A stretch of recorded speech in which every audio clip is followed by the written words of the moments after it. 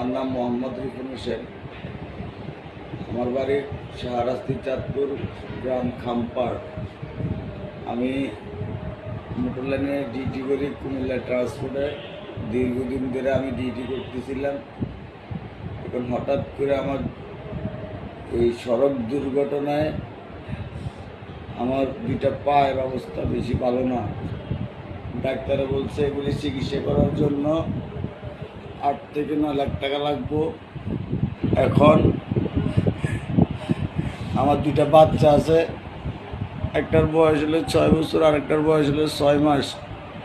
আমার বাচ্চাটির দিকে দেখে আপনারা আমাকে সবাই একটু সাহায্যের হাত বাড়াই দেন। আপনারা আমার একটু সাহায্য করেন।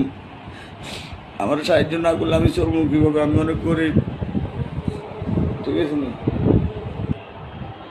সবার কাছে আমি দোয়া চাইতেছি, সবাই আমার একটু সাহায্য করেন। আপনারা সাহায্য করলে মনে হয় আমার জীবনটা আমি নিজে ফিরে পাবো।